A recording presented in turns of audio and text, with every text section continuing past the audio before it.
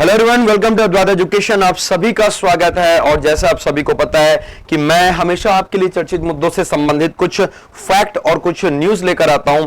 और आज का ये जो फैक्ट रहने वाला है काफी महत्वपूर्ण है, काफी इंपॉर्टेंट है। यदि आप एस्पिरेंट हैं, यदि आप स्टूडेंट हैं, चाहे कॉलेज गोइंग स्टूडेंट हो, चाहे प्रतियोगी एग्जाम के स्टूडेंट हो, चाहे कोई भी फैमिली मेंबर्स हो, चाहे वर्किंग पर्संस हो, कोई भी हो, इस वीडियो को जरूर देखिएगा। क्योंकि थंबनेल और टाइटल में जैसा कि आपने देखा है, क्या हम रेडी हैं आने वाले चैलेंजेस के लिए। किस प्रकार की चैलेंज की मैं बातें कर रहा हूं। दुनिया जो चलती है बेसिकली 4-5 चीजों से चलती है, जिसमें सबसे बड़ी चीज होती है पैसा, यानी कि अर्थव्यवस्था। यदि अर्थव्यवस्था डूब जाए तो यार आपने देखा ही है कि पिछले कई समय से भी जब पैंडेमिक आया था, जब इकोनॉमी डूब जा रही थी, है ना, तो हालत कितने खराब हो जा रहे थे। तो आपको समझना आवश्यक है कि आने वाले समय में क्या क्या चीजें अभी हमको फेस करनी है। यहां पर मैंने 2-3 चीजों को फोकस करने की कोशिश की है। नंबर 1 यहां पर आप देख सकते हो, India facing trade deficit problem due to the commodity price subsidies and all. वित्त मंत्रालय ने कहा है, उनकी आर्थिक समीक्षा होती है मंथली, है ना, मासिक तौर पर वो समीक्षा करते हैं, और कहा है कि भारत डबल घाटे फेस करने वाला है। किन घाटों की बात की जा रही है? राजकोषीय घाटा और चालू खाता घाटा। ये दोनों के दोनों घाटों के बारे में हम डिटेल में चर्चा करेंगे, क्या होता है उसके बारे में समझेंगे। फिर यहां पर बोला गया है कि भाई रेपो रेट बढ़ने के कारण क्या क्या हमको प्रॉब्लम फेस करने पड़ सकते हैं, क्या ईएमआई बढ़ने वाली है, क्या लोन के रेट बढ़ने वाले हैं। इस पर हालांकि डिटेल वीडियो मैंने ऑलरेडी बना दिया है, तो इस पर ज्यादा मैं चर्चा नहीं करूंगा, शॉर्ट में मैं इसको बता दूंगा। डिटेल वीडियो ऑलरेडी बना हुआ है, जाके आप देख सकते हो, इसी चैनल पर अपलोडेड है। इसके बाद यहां पर हम बातें करने वाले हैं पार्टिसिपेटरी नोट्स की, क्योंकि सीधा सीधा इसका संबंध रहने वाला है विदेशी निवेशकों से। और जैसे कि हमने देखा है, फॉरेन इन्वेस्टर्स का भी काफी इंपॉर्टेंट रोल होता है इकोनॉमी में। कई बार आप लोगों को लगता है सर सरकारें गरीबी दूर करने के लिए नोट क्यों नहीं छाप देती। भाई साहब, उसके कुछ पीछे कुछ कारण होते हैं, है ना। विदेशी मुद्रा भंडार हमारा कितना है, इसको भी देखना पड़ता है। बहुत सारी चीजें रहती हैं। ये तमाम चीजों को आज मैं डिटेल में आपके साथ चर्चा करने वाला हूं, साझा करने वाला हूं। तो क्या क्या चीजें मुझे आज बतानी है आप लोगों को, सबसे पहले यहां पर मैं लिख देता हूं, ताकि आपको पता रहे कि हां, आज के इस वीडियो में, आज के इस सेशन में हम ये चीजें देखने वाले हैं, राइट। तो सबसे पहले मैं आप लोगों को बताऊंगा बेटा फिस्कल डिफिसिट के बारे में। नंबर 1 क्या हो जाता है ये फिस्कल डिफिसिट, बोले तो राजकोषीय घाटा। हिंदी और इंग्लिश दोनों में बताएंगे, निश्चिंत रहिए, है ना। नंबर 2 हमारा जो रहने वाला है करंट अकाउंट डेफिसिट, बोले तो सर चालू खाता घाटा। इन घाटों के बारे में हम आपको बताएंगे क्या होते हैं, बिल्कुल डिटेल में। देखिए क्या होगा ना, जब तक आप लोगों को इसके टर्मिनोलॉजीज के बारे में पता नहीं रहेगा, शब्दों के बारे में पता नहीं रहेगा, तब तक आप समझेंगे कैसे।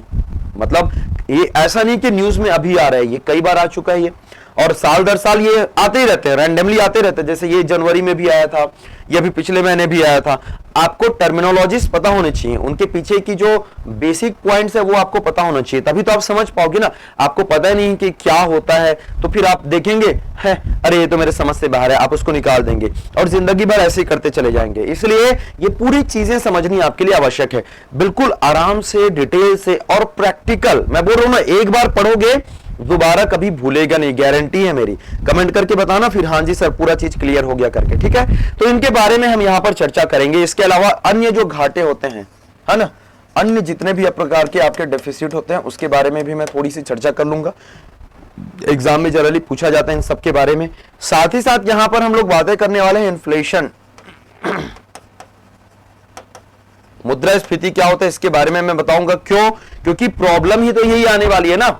मुद्रास्फीति और बेरोजगारी दोनों एक साथ जब आ जाती है, उसी को हम लोग बोलते हैं स्टैगफ्लेशन। उसी को हम क्या बोलते हैं? स्टैगफ्लेशन। और यही चीज अभी आने वाली है या लगभग आ चुकी है। बेरोजगारी भी चरम पर है, महंगाई भी चरम पर है, दोनों के दोनों जब एक साथ आते हैं तो अब हम इसको स्टैगफ्लेशन के नाम से जानते हैं। मैं सब चीज को एकदम डिटेल में बताऊंगा विद एक्सप्लेनेशन, प्रैक्टिकल जो आप फील करते हो, है ना। इसके बाद हम बातें करेंगे पी नोट्स, जो पार्टिसिपेटरी जो नोट्स यहां पर हमने बताया ना, ये पी नोट्स की यहां पर हम बातें करेंगे, ये क्या है, कैसे होता है। फॉरेन एक्सचेंज रिजर्व के अलावा हम बातें करने वाले हैं एफडीआई की, हम बातें करेंगे एफपीआई की, हम बातें करेंगे। क्यों? क्योंकि इन्हीं सबसे संबंधित तो है ये पी नोट्स, है ना। इसके अलावा थोड़े बहुत मैं बातें करूंगा शेयर मार्केट के बारे में, ज्यादा डिटेल तो नहीं बताऊंगा, है ना, लेकिन थोड़ी सी चर्चा मैं कर लूंगा क्योंकि ये समझना आवश्यक है। निवेशकों की जब हम बातें करते हैं तो निवेशक यानी कि इन्वेस्टर्स कौन होते हैं, जो कि शेयर मार्केट में पैसा लगाते हैं, इसलिए थोड़ी सी जानकारी यहां पर शेयर मार्केट के बारे में भी दूंगा। मतलब ये तमाम जानकारियां आज के सेशन में मिलने वाली है। और लास्ट में जो रेपो वाला है इसको ऑलरेडी मैंने बता दिया है, इसको मैं शॉर्ट में बस बताऊंगा कि क्या इंपैक्ट होने वाला है बस, ठीक है।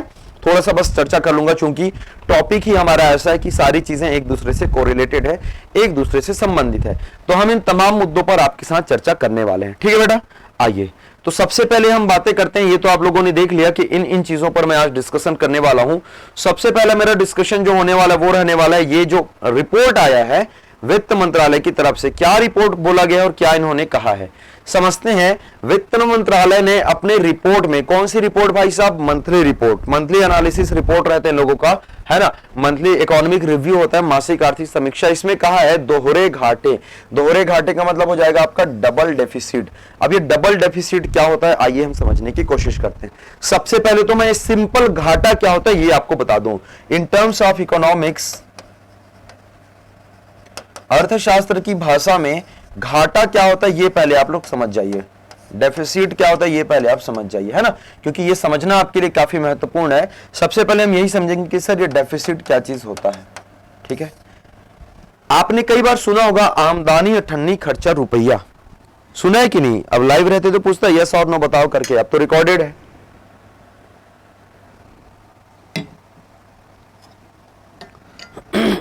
आपने सुना होगा आमदनी अठन्नी खर्चा रुपया, है ना।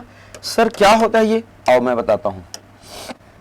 उदाहरण के तौर पे सर आपकी एक शॉप है, समझते हैं, बिल्कुल प्रैक्टिकल एग्जांपल लो आप, एकदम प्रैक्टिकल। यहां पे दुनिया में या भारत में या आपके आसपास कई लोग होंगे जिनके खुद की दुकानें होंगी। खुद की दुकानें नहीं होंगी तो अगल बगल वालों की दुकानें होंगी, आपके घर के पड़ोस में दुकान होगी, नहीं भी होगी तो कहीं भी मार्केट में जाके चले जाओ। उदाहरण के तौर पे ले लो, कोई भी एक व्यक्ति बेटा, कोई भी एक व्यक्ति है ना, ये इनका शॉप है, दुकान है ये। अब इस दुकान में बहुत सारे दुकान हो सकते हैं, जैसे मैं मान लेता हूं कि एक रेस्टोरेंट है, ये क्या, ये एक प्रकार का रेस्टोरेंट है ना। अब इस रेस्टोरेंट में खर्चे क्या क्या आएंगे, खर्चों को हम इस साइड लिखते हैं, क्या क्या इनके खर्चे हो सकते हैं। सबसे पहले तो ये अपने एम्प्लॉय को देंगे। भाई जब आप रेस्टोरेंट खोलोगे तो बहुत सारे आपके पास लेबर रहेंगे, वेटर रहेंगे, और भी खाना बनाने वाले कुक लोग रहेंगे।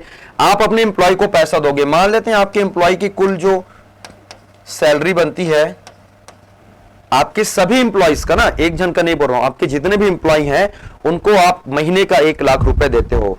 मान लीजिए कुक को आपने 20,000 दिया, वेटर को आपने 10,000 दिया, और भी बहुत सारे लोग हैं, है ना, काम झाड़ू पोछा करने वाले, सबको मिला के मान लेते हैं आपके महीने का 1 लाख रुपए बनता है। मतलब आप उनको देते हो, उनके महीने की सैलरी जो कि आप देते हो, ये आपके खर्चे हैं। इस साइड जो हम आपको दिखा रहे हैं ना, ये आपके खर्चे हैं बेटा, दिस इज एक्सपेंस, ये आपके खर्च वाले लाइन है, ये आपकी खर्च वाली लाइन है ना।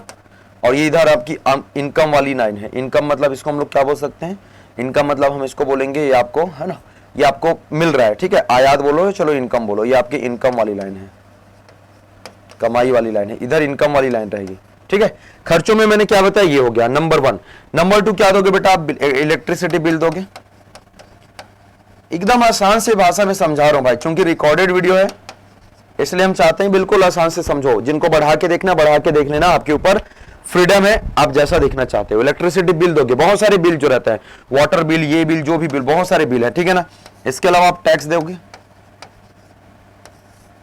और क्या दे सकते हो, मेंटेनेंस चार्ज बोल लो आप, मेंटेनेंस करोगे ना भाई, आप इतना बड़ा बिल्डिंग बना के रखे हो, ठीक है ना, उसमें जो खर्चा पानी जो जुड़ा है वो सब भी तो आएगा ना, एसी वेसी ये वो दुनियादारी, वो सारी की सब फिक्स कॉस्ट है, ऑलरेडी एक बार आपने लगा लिया है, ठीक है। इसके अलावा सबसे इंपॉर्टेंट है रॉ मटेरियल। रॉ मटेरियल का मतलब क्या होता है भाई साहब, मतलब जो आप रेस्टोरेंट है, सब्जी भाजी दाल चावल एंड ऑल, जो भी चीजें आप रखोगे, है ना, यानी कि जो आपके कच्चा सामान है, कच्चा माल है, इसके लिए मैं ये मान के चलता हूं कि इन तमाम खर्चों के लिए आपको 1 महीने का, अपन मंथली बजट लेके चल रहे हैं, 1 महीने में हम मान के चलते हैं कि आपको 5 लाख रुपए लग जाते हैं। समझना ध्यान से इसको, एक बहुत बड़ा रेस्टोरेंट है तो इतना तो लग ही जाता है लगभग, है ना।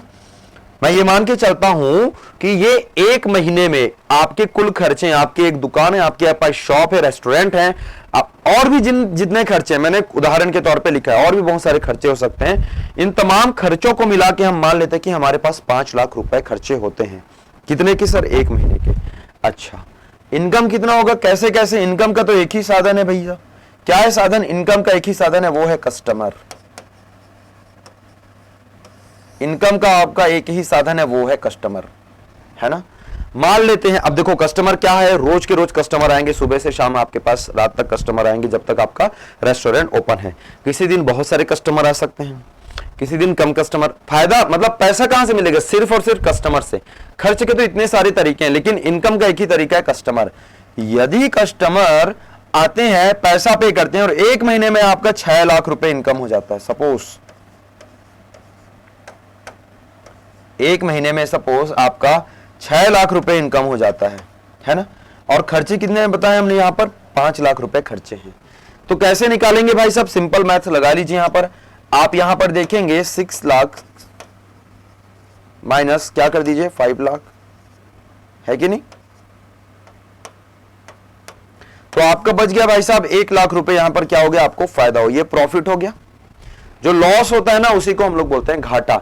मैं ऐसा मान के चलता हूं कि यार कोरोना के कारण या किसी भी कारण से यहां पर कस्टमर नहीं आए, या आप मान लेते हैं कि आपके खाने में टेस्ट नहीं रहा पहले जैसे, या फिर आपके बगल में कोई और दूसरा रेस्टोरेंट खुल गया, वॉट एवर द रीजन, कोई भी कारण हो, कोई भी रीजन हो, मान लेते हैं कि एक ऐसा समय आया है ना कि भाई साहब आपके पास कोई नहीं आया या बहुत कम लोग आए, ठीक है, बहुत कम लोग आए, तो आपको मान लेते हैं कि आपको कितना मिला उस साल या उस समय? इनकम मिला आपको 4 लाख, ठीक है। ऐसे नहीं कि आप कमाई नहीं कर रहे हो, आप कमाई कर रहे हो, लेकिन इस टोटल खर्चे से आप उबर नहीं पा रहे हो। कहने का मतलब यहां पर यह हो रहा है कि भाई साहब आपके लिए एक्सपेंस जो है वो क्या हो गया? अधिक हो गया, और आपकी जो इनकम है वो क्या हो गई? वो कम हो गई, है ना। यानी कि जब भी आमदनी ज्यादा हो, सॉरी आमदनी कम हो और खर्चे अधिक हो, आमदनी अठन्नी खर्चा रुपया वाला हिसाब होता है। जब खर्चे अधिक होते हैं और इनकम कम होता है, उस केस को हम लोग बोलते हैं घाटा। अब आप बोलोगे अरे सर इतनी आसान सी बात, ये था, यही तो था भाई, यही तो था।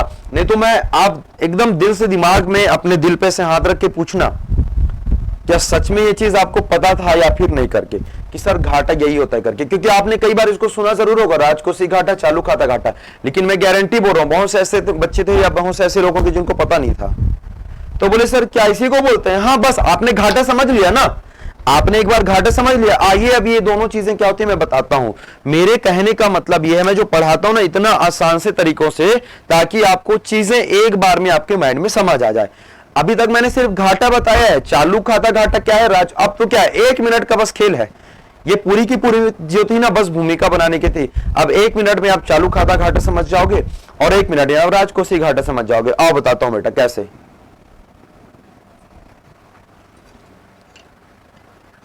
देखो ये घाटा तो आपको समझ आ गया, ठीक है ना। आओ सबसे पहले हम चालू खाता घाटा की बातें करते हैं, CAD की मैं बातें करूंगा, है ना।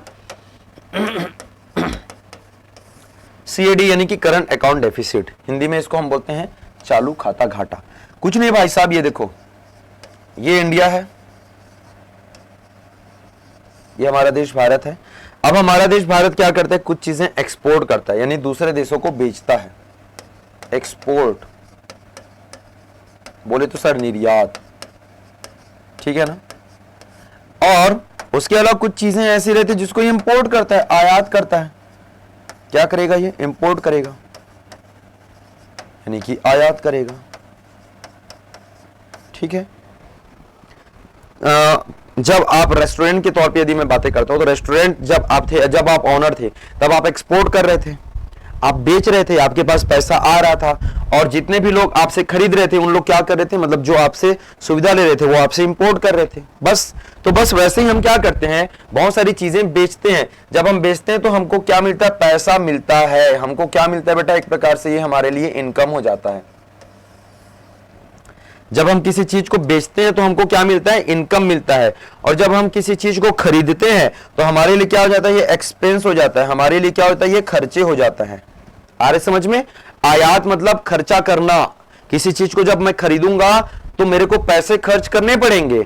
किसी चीज को जब मैं बेचूंगा तो मुझे पैसे मिलेंगे, पैसा मिलना मतलब इनकम होता है, पैसे खर्च करना मतलब इंपोर्ट होता है, आयात होता है, ठीक है। अब इस केस में यदि एक्सपोर्ट बड़ा हो जाए इंपोर्ट से, एक्सपोर्ट बड़ा हो जाए इंपोर्ट से, यानी कि आप चीजें अधिक बेच रहे हो लेकिन खरीद कम रहे हो, यानी कि आपके पास पैसा ज्यादा आ रहा है और पैसे कम खर्च कर रहे हो। कहने का मतलब है आप कौन सी स्थिति में रहोगे, आप पॉजिटिव स्थिति में रहोगे, आपके पास घाटा नहीं होगा। क्यों भाई साहब? क्योंकि आप बेच अधिक रहे हो, एक्सपोर्ट ज्यादा कर रहे हो, निर्यात अधिक कर रहे हो लेकिन आयात कम कर रहे हो। कहने का मतलब है खर्च कम करना पड़ रहा है, पैसे ज्यादा आपके पास आ रहे हैं, ठीक है। ऐसी स्थिति में आपको कोई घाटा नहीं होगा।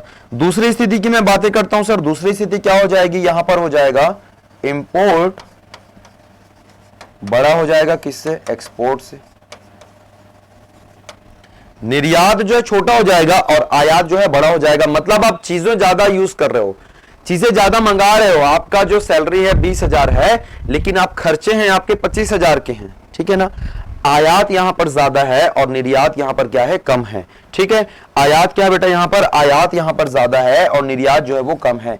इस स्थिति में होगा आपको नुकसान और इसी कंडीशन को हम बोलते हैं करंट अकाउंट डेफिसिट। आ गया समझ में? बिल्कुल आसान है, क्या ही था बताओ तो। करंट अकाउंट डेफिसिट क्या था? मैंने आपको घाटे के बारे में बताया, मैंने आपको इंपोर्ट एक्सपोर्ट के बारे में बताया, मैंने आपको रेस्टोरेंट का उदाहरण दिया है ना, वहां से आपने सारी की सारी चीजें समझ ली। अब एकदम आसान सी भाषा में आपको आ गया समझ में। करंट अकाउंट डेफिसिट वो ये किसके लिए होता है, ये किसी देश के लिए होता है। किसके लिए होता है?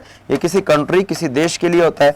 मतलब ये है। अच्छा, अब ये इंपोर्ट एक्सपोर्ट तो भाई साहब रोज का खेला है, ये रोज कुछ ना कुछ चीज मंगाते हैं और कुछ ना कुछ चीज हम बेचते हैं, ये रोज का है, ये पर डे का है। तो पर डे में भी ऊपर नीचे होते रहता है, किसी दिन हमने ज्यादा बेच दिया, किसी दिन हमने कम बेचा, किसी दिन हमने ज्यादा खरीदा, किसी दिन हमने कम खरीदा। अब प्रॉपर इसका चार्ट बनते रहता है। चार्ट कहने का मतलब जैसे रेस्टोरेंट के लोग रहते हैं, रोज देखते हैं कितने लोग आ रहे हैं, है ना, कितने कस्टमर्स हमारे पास आ रहे हैं, हमारा कितना खर्चा हो रहा है, रोज का इनका चार्ट बनता है। यदि चार्ट बैलेंस होता रहा, बैलेंस ऑफ पेमेंट, इसीलिए इसी को तो बोला जाता है आयात और निर्यात दोनों बैलेंस रहना। हो सकता है किसी दिन ज्यादा रहे, किसी दिन कम रहे। मंथ के एंड पर जब मैं आऊं तो दोनों कम से कम ऊपर नीचे थोड़ा बहुत 19-20 चलना चाहिए। यदि ये रेशियो लगातार बढ़े, समझना बेटा इस चीज को, यदि ये रेशियो लगातार बढ़े, बढ़े का मतलब है एक्सपोर्ट धीरे धीरे कम होगा और इंपोर्ट धीरे धीरे बढ़ता चला जाएगा। आपका ऊपर नीचे up down up down up down होगा तो ठीक है, बैलेंस रहेगा, पॉइंट पे आके रुक जाएगा। लेकिन धीरे धीरे धीरे धीरे इंपोर्ट बढ़ रहा है, धीरे धीरे धीरे एक्सपोर्ट कम हो रहा है, तो एक हाई बढ़ते चला जाएगा। और यही चीज अभी हो रहा है इंडिया में। इसलिए जो घाटा है ना, ये दोनों के दोनों, बोला ना वृद्धि हुई है, इंक्रीज हुआ है भाई साहब। क्या हुआ है? इंक्रीज हुआ है। किसमें? चालू खाते घाटों में। तो चालू खाता घाटा समझ आ गया, ये पर डे का रहता है भाई साहब, पर डे का रहता है। लेकिन धीरे धीरे यदि बढ़ते चला गया, गैप बढ़ते चला गया, गैप बढ़ते चला गया, एक हफ्ते में इतना गैप दिखेगा, एक महीने में इतना, साल भर में इतना, ऐसे ये गैप बढ़ जाएगा। तो यह जो गैप होता है, यह जो घाटा होता है, इसी को हम क्या बोलते हैं? Current account deficit. करंट इसलिए बोला जाता है क्योंकि रोज का काम है, ये डेली का है, ये है ना।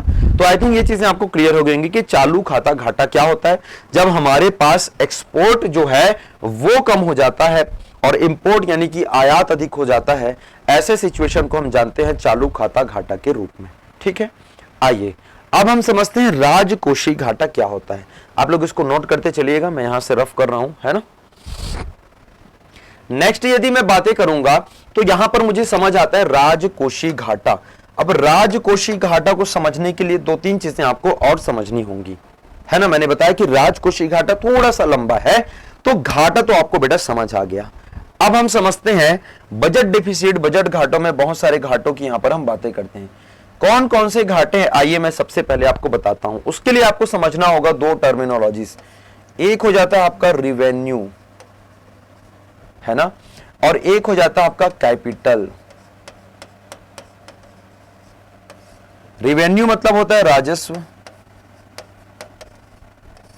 और कैपिटल यानी कि होता है पूंजीगत। पहले इसका अंतर मैं एकदम आसान सी भाषा में आपको समझाता हूं। रिवेन्यू मतलब होता है राजस्व और कैपिटल मतलब होता है पूंजीगत। इसको ध्यान से समझना आपको, है ना, ध्यान से समझोगे तब चीजें आपको समझ आएंगी। रिवेन्यू मतलब मैंने बताया राजस्व और कैपिटल मतलब होता है पूंजीगत, ठीक है। अब ये रिवेन्यू होता क्या चीज है? सर आपने तो हिंदी में मीनिंग बता दिया, इसको एक्सप्लेन करके बताओ मेरे को। अब जैसे हम बातें करते हैं, सरकार को छोड़ते हैं, हम अपनी स्वयं की हम बातें करते हैं। हमारे पास कुछ चीजें हैं जिसको हम खरीद रहे हैं। उदाहरण के तौर पे हम क्या क्या चीजें परचेस कर सकते हैं? जनरली परचेस से जल्दी आपको समझ आता है या किन किन चीजों पे हम खर्चे कर सकते हैं? चलो दो खर्चे होंगे हमारे, राजस्व खर्चे होंगे, रिवेन्यू एक्सपेंडिचर, और आपकी कैपिटल एक्सपेंडिचर। और कई बार जब आर्थिक सर्वेक्षण पढ़ते हो ना तो शॉर्ट में इसी को कैपेक्स के नाम से भी जाना जाता है, याद रखना। कई बार पूछा गया है कैपेक्स क्या होता है? कैपिटल एक्सपेंडिचर यानी कि राजस्व, ये रिवेन्यू वाले खर्चे और ये राजस्व खर्चे। मैं उदाहरण के तौर पे बताता हूं हम लोग से, आप लोगों से, आप जो है साल में या फिर अपनी जिंदगी में क्या क्या चीजों खर्च करते हैं। जैसे उदाहरण के तौर पे जिंदगी में इंसान कभी ना कभी एक बार घर अवश्य बनाता है, अमूनन, है ना? हर कोई नहीं बनाता, चलो ठीक है, जिनके यहां ऑलरेडी बना हुआ है वो क्यों बनाएगा, बट मैं in most of the cases बात करता हूं, एक बार घर जरूर बनाता है या घर बनाने के लिए वो प्रयास जरूर करता है। जिंदगी में एक बार इंसान गाड़ी जरूर खरीदेगा गाड़ी, व्हीकल्स, चाहे वो टू व्हीलर की बातें कर लो चाहे फोर व्हीलर की बातें कर लो, अपने खर्चे पे, है ना? नंबर 3, इंसान बिजली का बिल, इलेक्ट्रिसिटी बिल, बिजली का बिल जो है ये पे करता है, यस और नो? मोबाइल रिचार्ज करवाएगा, मोबाइल खरीदेगा अलग है, ये मोबाइल रिचार्ज की मैं बातें कर रहा हूं, मोबाइल रिचार्ज की हम बातें कर रहे हैं। चलो 4 उदाहरण लेते हैं, ठीक है ना? तो ये जो फिनोमिना है, ये जो क्रियाकलाप है, इंसान जरूर करेगा अपने जिंदगी में, हर कोई इंसान जरूर करता है, ठीक है?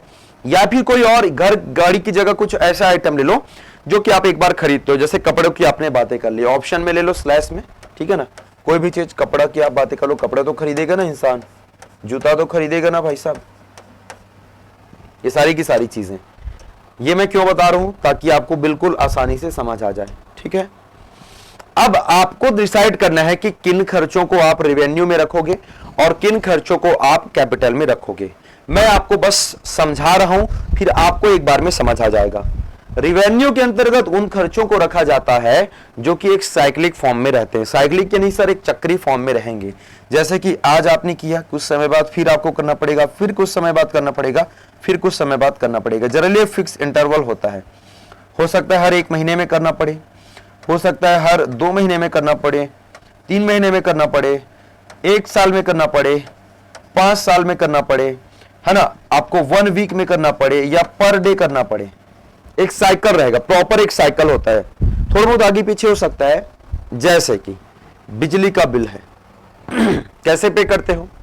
हर महीने आपको पे करना पड़ेगा, नहीं करोगे तो क्या होगा? ज्यादा ज्यादा 1 महीना डिले कर सकते हो, बट वो साइक्लिक रहेगा ही रहेगा। नहीं करोगे तो बिजली का कनेक्शन आपका कट जाएगा। मतलब इलेक्ट्रिसिटी बिल को आप रख सकते हो राजस्व खर्चों में, क्योंकि बताया मैंने, राजस्व खर्चे वो खर्चे होते हैं, रेवेन्यू एक्सपेंडिचर वो एक्सपेंडिचर होते हैं जो कि सालाना, मंथली, डेली, वीकली, मतलब एक रोटेशन में, एक साइकिल में खर्च होते रहता है। वो होगा ही होगा, वो कंपल्सन है, वो होना ही होना है, उसमें आप कोई रोक टोक नहीं कर सकते। आ रहे समझ में? तो ये राजस्व खर्चों के अंतर्गत आ जाता है।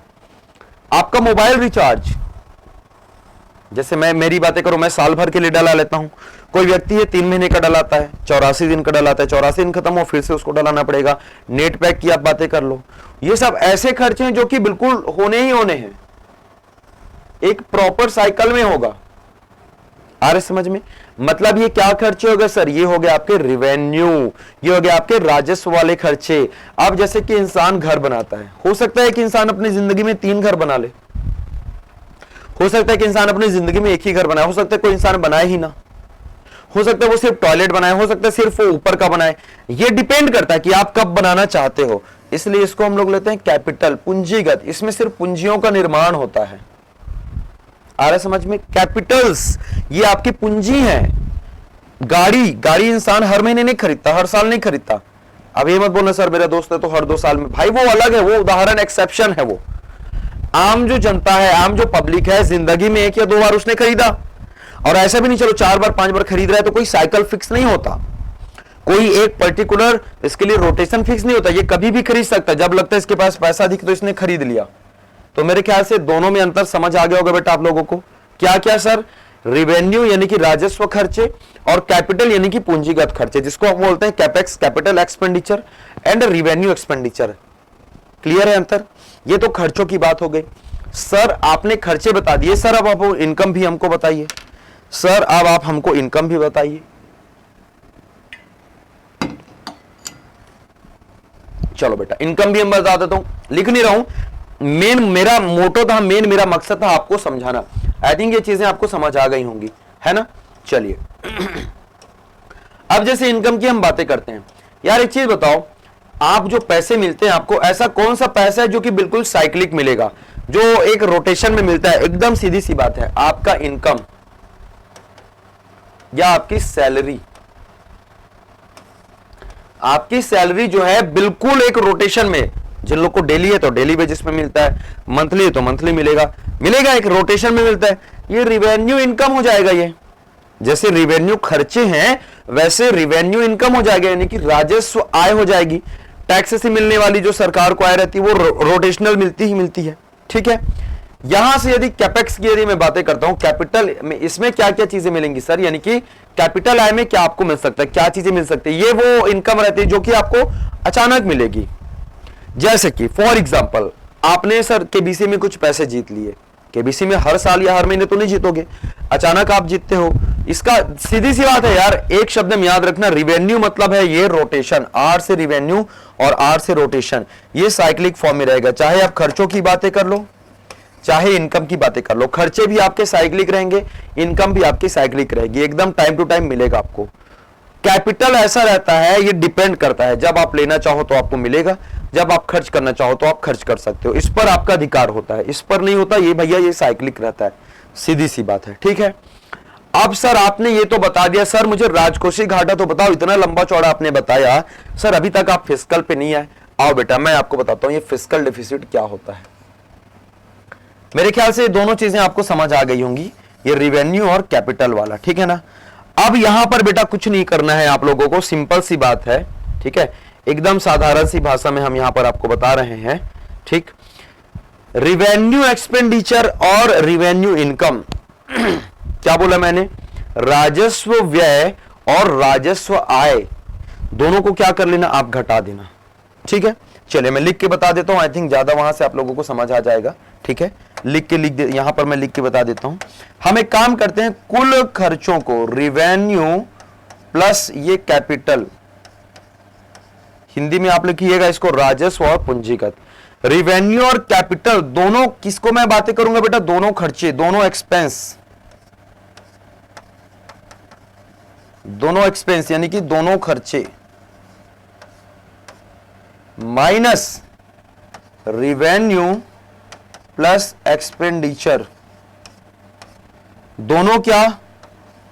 इनकम, या दोनों रिसीट बोला जाता है, इंग्लिश में हम इसको बोलते हैं रिसीट, यानी कि आय या प्राप्ति। आ रहे समझ में? मैंने क्या किया सर? मैंने कुछ नहीं किया, मैंने किया ये टोटल खर्चे और टोटल इनकम, रेवेन्यू और कैपिटल यानी कि राजस्व और पूंजीगत दोनों खर्चे को हमने घटा दिया, किससे? रेवेन्यू और एक्सपेंडिचर दोनों आय से। कुल खर्चे माइनस कुल आय, यही क्या कहलाता है बेटा? इन दोनों का इक्वल होता है। इसी को हम लोग किसके रूप में जानते हैं? इसी को हम लोग जानते हैं राजकोषीय घाटे के रूप में, यानी कि इसको हम जानते हैं फिस्कल डेफिसिट के रूप में। 100 बातों की एक बात है, टोटल खर्चे, सरकार के कुल खर्चे माइनस सरकार के कुल आय, दोनों को आप माइनस कर दो, सॉरी टोटल खर्चे और टोटल आय, यस दोनों को आप क्या कर दो? माइनस कर दो। माइनस करने पे जो आपको मिलेगा वही क्या कहलाएगा? आपका फिस्कल डेफिसिट कहलाएगा।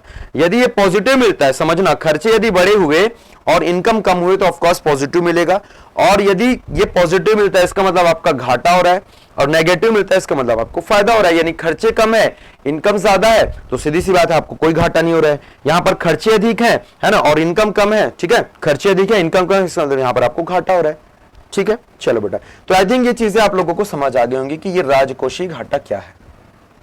क्लियर? आगे बढ़ते हैं। अब ये मुद्दों की मैं जो बातें करने वाला हूं कि दोनों के दोनों घाटों में हुई है वृद्धि। अब आप समझिए, जब दोनों के दोनों घाटों में वृद्धि हो जाएगी, है ना, मतलब बोलते हैं ना, एक और अजगर है और एक और मतलब क्या बोलते हैं, शेर है, आपको क्या करोगे, इधर जाओगे तो भी एक तरफ कुआं एक तरफ खाई, ये वाला हिसाब है। तो ऐसे स्थिति में हमको क्या क्या चीजें करनी चाहिए, ये सरकारें क्या क्या करती हैं, इसको हम लोग समझने की कोशिश करते हैं। एक और चीज यहां पर मैं बताऊंगा, स्टैगफ्लेशन। इसके कारण एक और चीज जो आ रहा है जिसको हम लोग बोलते हैं स्टैगफ्लेशन। अब ये स्टैगफ्लेशन क्या होता है, इसको भी मैं थोड़ा सा समझाने की कोशिश करता हूं। स्टैगफ्लेशन वो चीज होता है जब आपका इन्फ्लेशन और अनएम्प्लॉयमेंट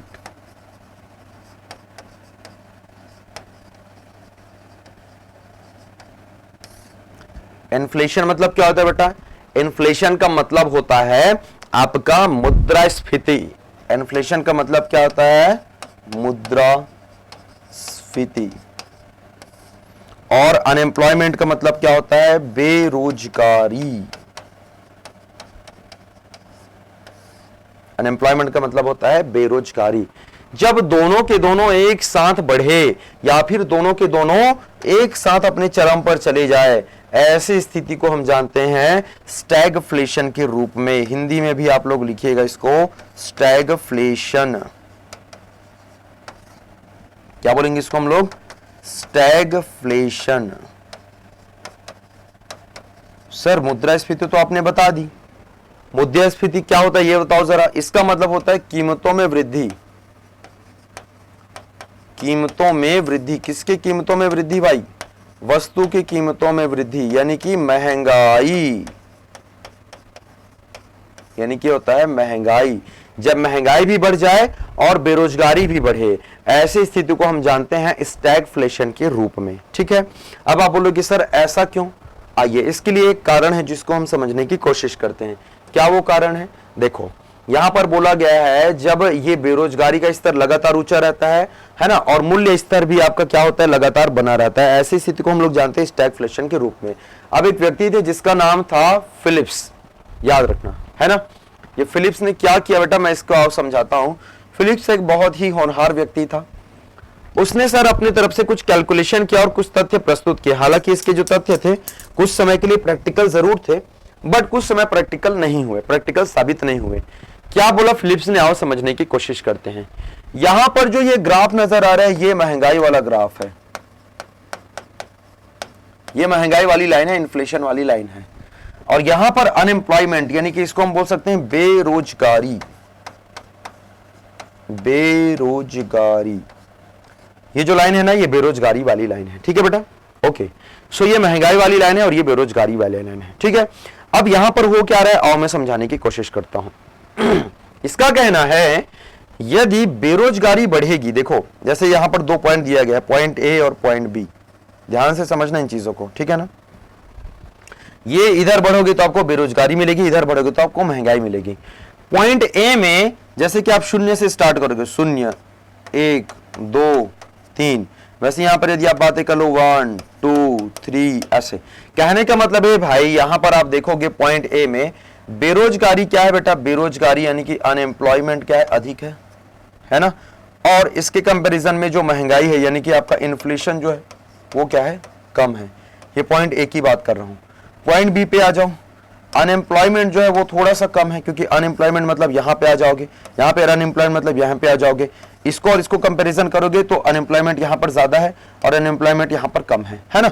वैसे इसको और इसको कंपैरिजन करूंगा तो यहां पर आपका इन्फ्लेशन कम है और यहां पर इन्फ्लेशन अधिक है, यानी कि अनएम्प्लॉयमेंट यहां पर क्या मिलेगा, कम मिलेगा, और इन्फ्लेशन यानी कि जो महंगाई है यहां पर ज्यादा मिलेगी। सीधी सी बात है ना, देखो ना 0 से स्टार्ट हो रहा है, यहां पर आओ ये कम है ये ज्यादा है, मतलब इस पॉइंट के लिए आपका बेरोजगारी जो है वो क्या है बेटा, इस पॉइंट के लिए क्या है, बेरोजगारी अधिक है ना। और अनएम्प्लॉयमेंट जो है सॉरी इन्फ्लेशन क्या है, इन्फ्लेशन बेरोजगारी जो है यहां पर अधिक है, ठीक है, और इन्फ्लेशन जो है वो क्या है आपका कम है, राइट, इस पॉइंट के लिए। अब इन्होंने क्या किया, एकदम आसान सी भाषा में आप समझने की कोशिश करना, ये क्यों होता है, ये तो ग्राफ इन्होंने बता दिया। ग्राफ को छोड़ो, आप बस इतना समझने की कोशिश करो कि ऐसा होता क्यों चीज है। आप अपने दिमाग में एक चीज समझो बेटा, क्योंकि ये सब प्रैक्टिकल थ्योरेटिकल चीजें थोड़ी लेट घुसती दिमाग में, मैं एकदम प्रैक्टिकल आपको बताता हूं। प्रैक्टिकल कैसे आपको समझ आएगा, आइए मैं आपको समझा रहा हूं, है ना। आप एक बताओ बेटा, ये प्राइस हाइक जो रहता है, रेट कीमतों में वृद्धि, कीमतों में वृद्धि कब होगी? जब आपकी जेब में पैसे रहेंगे। मान लेते हैं ये पेन 10 रुपए का है, ये पेन 10 रुपए का है और मैं बोलता हूं कि भाई साहब मैं इसको 20 रुपए में बेचना चाहता हूं, फिर भी लोग खरीद रहे हैं।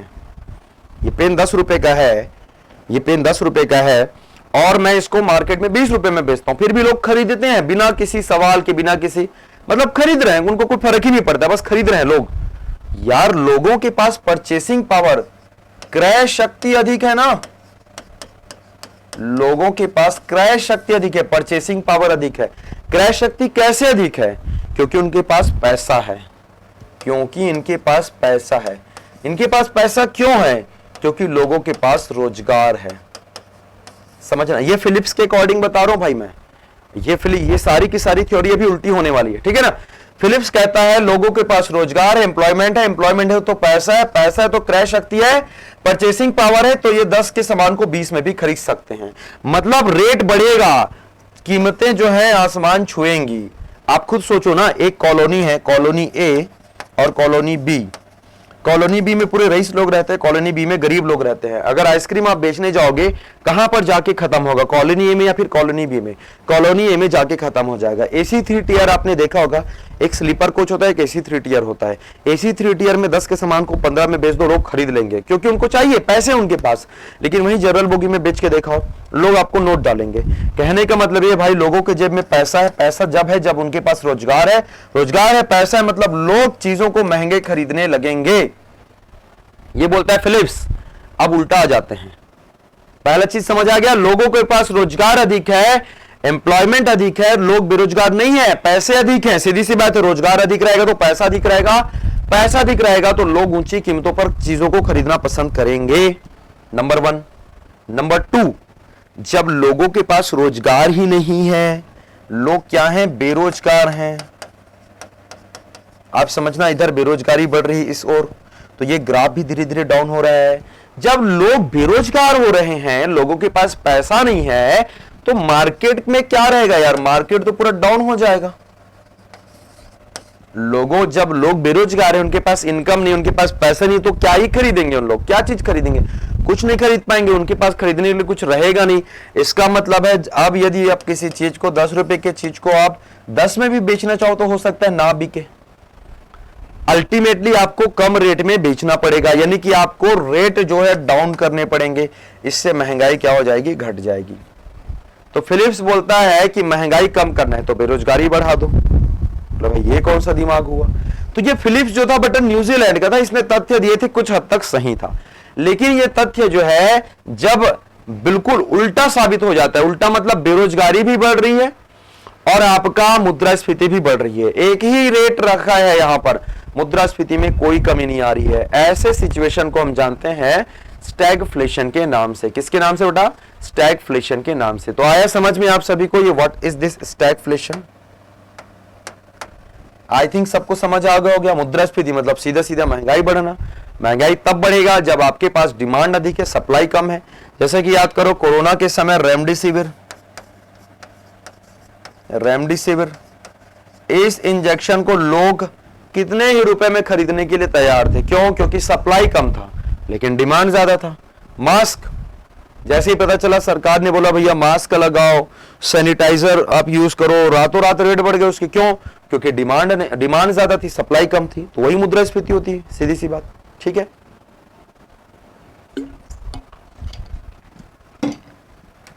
चलो अब सरकार ने क्या कहा है? इकोनॉमिस्ट लोगों ने कहा है इस प्रकार की जो घटना होती है ये ब्लैक स्वान तरह की घटना होती है। ब्लैक स्वान अपने आप में एक ऐसा टर्मिनोलॉजी है, जरूरी नहीं कि यह जो है वो इकोनॉमिक्स के क्षेत्र में हो, ये किसी भी क्षेत्र में हो सकता है।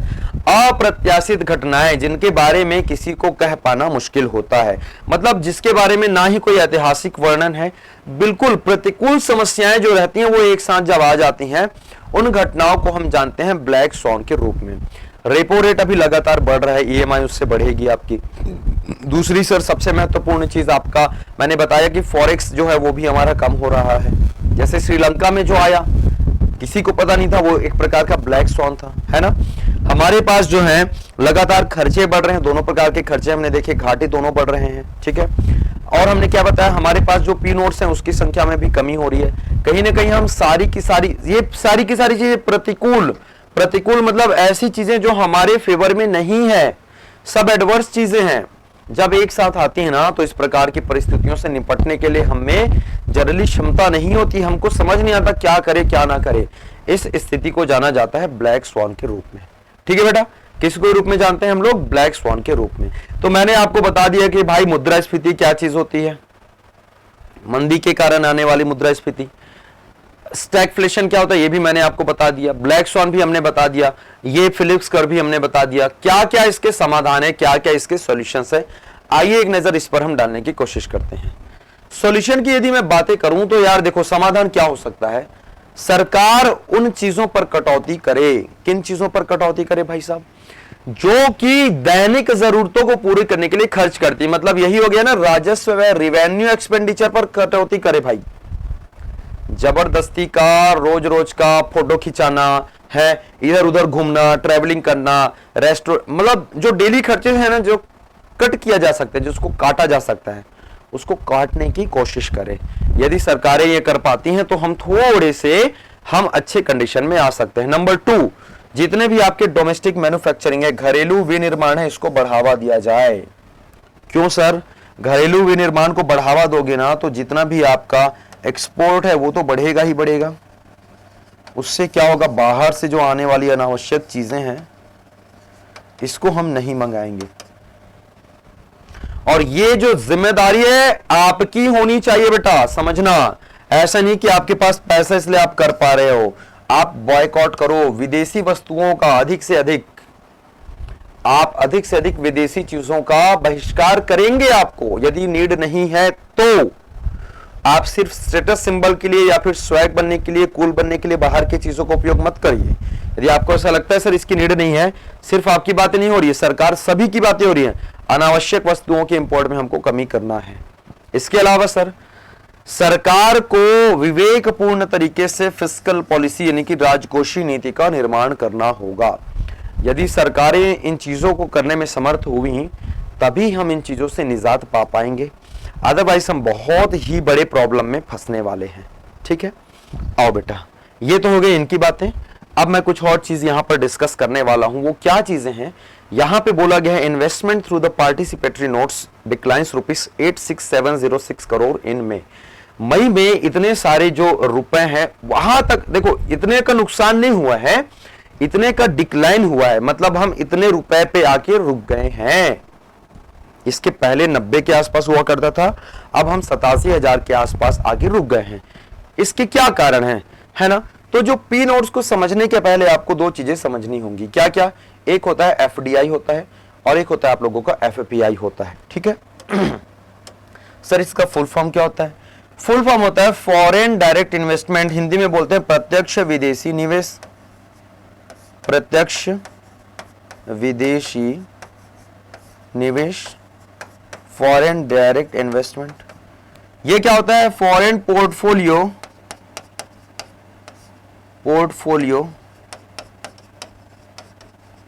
इन्वेस्टमेंट यानी कि निवेश। प्रत्यक्ष विदेशी पोर्टफोलियो निवेश और ये विदेशी प्रत्यक्ष निवेश, दोनों में क्या अंतर है सर? दोनों में अंतर कुछ नहीं बेटा, एकदम सीधा सा आसान सा अंतर मैं आपको बताता हूं। फॉर एग्जाम्पल, मैं इंडियन हूं, मेरी कोई एक कंपनी है, मेरा कोई एक रेस्टोरेंट है, बहुत बड़ा रेस्टोरेंट है, बहुत बड़ी कंपनी है। इसमें बाहर वाले लोग अपना रेशियो लगाना चाहते हैं, अपना शेयरिंग लगाना चाहते हैं। इन लोग क्या बोलते हैं कि तरुण एक काम करो यार, तुम्हारी महीने की जो इनकम है तो 10 लाख रुपए है, क्या तुम इसको 20 लाख करना चाहते हो?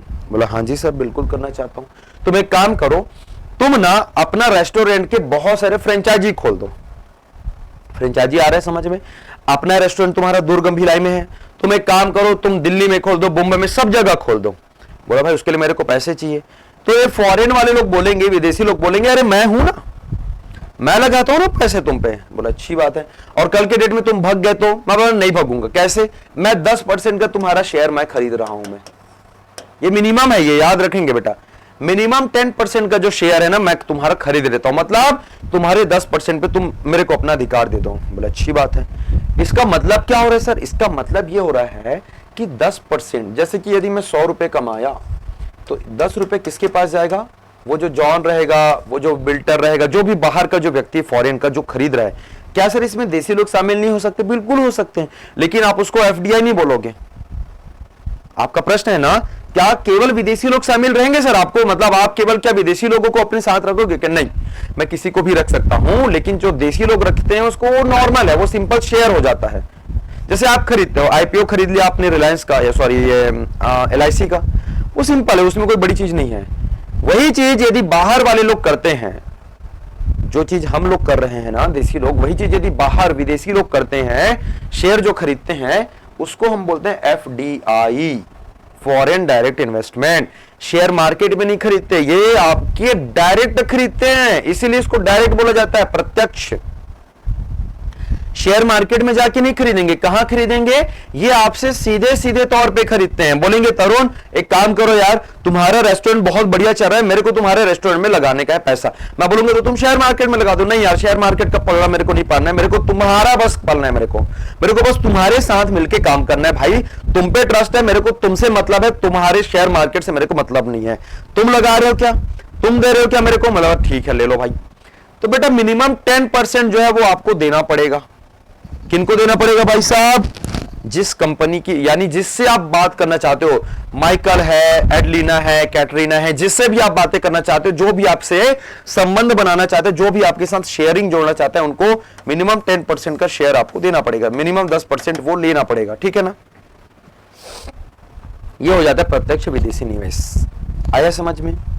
अब इनके पास क्या होगा? 10% चूंकि हिस्सेदारी है, तो ये भी तो चाहेगा ना भैया 4 पैसे ये भी कमाए करके, तो ये भी उसी प्रकार से काम करेगा जैसे कि एक खुद की कंपनी है। ये भी मान के चलेगा कि तरुण की कंपनी इसी खुद की कंपनी है। मतलब आ गया सर समझ में एफडीआई क्या बोलना चाह रहा हूं मैं। अब हम बढ़ते हैं एफपीआई। एफपीआई का मतलब होता है फॉरेन पोर्टफोलियो इन्वेस्टमेंट, और इसी में एक और टर्म्स आता है जिसको हम बोलते हैं एफआईआई, फॉरेन इंस्टीट्यूशनल इन्वेस्टमेंट। इन लोग क्या करते हैं, यहां पे आओ समझता हूं मैं, सीधा सीधा लिखा हुआ है, you can see from here clearly, है ना? यहां पर क्या करते बेटा, ये पोर्टफोलियो जो निवेशक रहते हैं ना, इन लोग क्या करते हैं, शेयर मार्केट में अपने पैसे फंसाते हैं। क्या करते हैं? शेयर मार्केट में, ये विदेशी निवेशक जो रहते हैं शेयर मार्केट में अपने आप को बिना पंजीकृत किए भारतीय शेयर बाजारों का हिस्सा बनते हैं। इंडियन स्टॉक मार्केट का इन लोग क्या बनते हैं? पार्ट बनते हैं। ठीक है ना? कैसे पार्ट बनेंगे सर? इन लोग क्या करेंगे, सेबी होता है एक संस्थान है हमारी जो कि इस पर नकेल कसने का काम करती है। जितने भी विदेशी चाहे देसी मार्केट रहते हैं, शेयर मार्केट में कौन पैसा लगा रहा है, कितना पैसा लगा रहा है, इन सब का नकेल करने का काम जो कौन करती है? सेबी करती है। आपको कमेंट करके बताना है सेबी की स्थापना कब हुई थी और कब इसको वैधानिक दर्जा दिया गया था। SEBI was established in which year and इसको स्टैट्यूटरी बॉडी के रूप में कब बनाया गया था? ये दोनों के दोनों उत्तर आप कमेंट करके बताइएगा, मैंने कई बार अपने सेशन में बताया हुआ है। तो सेबी इस पर नकेल कसने का काम करती है, कहती है कि भाई साहब पैसे लगा तो रहे हो, ठीक है, पैसे लाए कहां से हो, कौन दे रहा है? तो सेबी उस पर कंट्रोल करती है और सीधा सीधा भाई लोग ये जो एफपीआई एफआईआई के थ्रू इन लोग क्या करते हैं, हमारे शेयर मार्केट में पैसा लगाते हैं। अब यदि इन लोग अपना पैसा खींच लिए, जनरली जब एफडीआई की मैं बातें करता हूं तो वहां पर पैसे खींचने की संभावनाएं कम रहती हैं। हाँ, जब कुछ कंडीशन एकदम ज्यादा वर्स्ट हो जाता है, खराब हो जाता है, तो जरूर उन लोग पैसे खींचते हैं। लेकिन यहां पर क्या हो रहा है, इस केस में जनरली होता यह है कि एफआईआई वाले या फिर एफपीआई वाले अचानक से पैसे जब इनको लगता है, कैसे लगता है? जैसे हमारे यहाँ जो आरबीआई रेपो रेट बढ़ा रही है, वैसे उनके यहाँ की सरकारें भी अभी रेपो रेट बढ़ा रही है। तो उनको लगता है कि भाई हमारे अकाउंट में पैसा होना चाहिए, हमारे अकाउंट में पैसा, हमारे मतलब उनके अकाउंट में पैसा होना चाहिए। तो क्या बोलेंगे, मैंने तो अपना पूरा पैसा शेयर मार्केट में लगा रखा है। हमारे यहां शेयर मार्केट में जनरली 2 होते हैं, एक होता है नेशनल स्टॉक एक्सचेंज और एक होता है Bombay stock exchange. National stock exchange का क्या हो जाता है, आपका सेंसेक्स होता है सूचकांक, सॉरी नेशनल स्टॉक एक्सचेंज का क्या होता है आप लोगों का, निफ्टी होता है। बॉम्बे स्टॉक एक्सचेंज का क्या होता है आप लोगों का, बॉम्बे स्टॉक एक्सचेंज का सेंसेक्स होता है। तो भाई साहब ये इन लोग अचानक अपने पैसे निकाल लेते हैं। पैसे निकालने के कारण ही तो ये सारी की सारी स्थितियां आती हैं। क्या स्थितियां आती हैं? ये पार्टिसिपेटरी नोट डिक्लाइन हो जाता है, मतलब इन लोग पैसे निकाल ले रहे हैं। एफपीआई अनिवासी होते हैं, यानी कि गैर निवासी जो भारतीय प्रतिभूतियों जैसे सरकारी बॉन्ड एंड और इसमें अपने पैसे निवेश करते हैं, तो इन लोग पैसे निकाल ले रहे हैं। मतलब अब हमारे पास पैसे लगाने वाले लोगों में कमी हो जा रही है। आ रहा है समझ में? कहीं ना कहीं हमारा नुकसान हो रहा है। तो इस प्रकार से इतनी सारी चीजें हमको एक साथ फेस करनी पड़ रही है, और इसीलिए बेटा, इसीलिए हमने बताया कि हमको बहुत सारी इकोनॉमिक प्रॉब्लम्स को आगे चल के फेस करना पड़ेगा, जिनमें से एक और ये भी है, इसको मैंने ऑलरेडी डिस्कस किया हुआ था। रेपो रेट जो है वो भी लगातार इंक्रीज हो रहा है। हालांकि महंगाई को कंट्रोल करने के लिए लगाया जा रहा है, लेकिन महंगाई कंट्रोल करने के लिए लगाया तो जरूर जा रहा है, बट खुद आपके लोन जो है वो महंगे हो जाएंगे। मतलब इंसान ऐसे इतना तो प्रॉब्लम फेस कर रहा है, उसको लोन लेना भी महंगा पड़ जाएगा। और यदि ये फ्लक्चुएटिंग रेट पे रहा, यदि उसने फ्लक्चुएटिंग रेट पे ले रखा है, जिन्होंने फिक्स रेट पे ले रखा है, फिक्स दरों पर, उनके लिए तो कोई दिक्कत नहीं है। रेपो रेट आप कितना भी बढ़ा लो, आपको पहले दरों पर ही आपको जो लोन रिपेमेंट करना रहता है उतना देना पड़ेगा ईएमआई। लेकिन यदि आपने फ्लक्चुएटिंग रेट वाला ले रखा है तो भाई साहब आपके ईएमआई भी बढ़ जाएंगे। मतलब महंगाई की चौतरफा मार यहां पर पड़ने वाली है। आ रहे समझ में? तो सॉल्यूशन केवल इतना ही है बेटा कि आप लोगों को अनावश्यक खर्चों को क्या करना है, कंट्रोल करके चलना है, चीजों को समझना है, सरकार क्या करना चाह रही, क्या नहीं करना चाह रही, उनकी मंशाओं पर आपको ध्यान देना है ना। दूसरा सबसे महत्वपूर्ण बात, धर्म, जाति एंड ऑल इन मुद्दों से हटकर आपको मेन मुद्दों पर फोकस करना है। जब तक आप इन चीजों को समझेंगे नहीं, जब तक आप इन चीजों को अवेयर नहीं होंगे, सरकारें जो रहेंगी, लोग जो रहेंगे, पॉलिटिशियंस जो रहेंगी, आपको लगातार इन चीजों पर गुमराह करती चली जाएंगी और आपको बताने वाला कोई नहीं रहेगा। ठीक है, इसीलिए मैं बोल रहा हूं आपको इन चीजों को ध्यान देना, समझना, और उम्मीद करता हूं कि ये चीजें आप लोगों को समझ आई होंगी। आपको ये जो लेक्चर है, आपको यह जो वीडियो है पसंद आया होगा।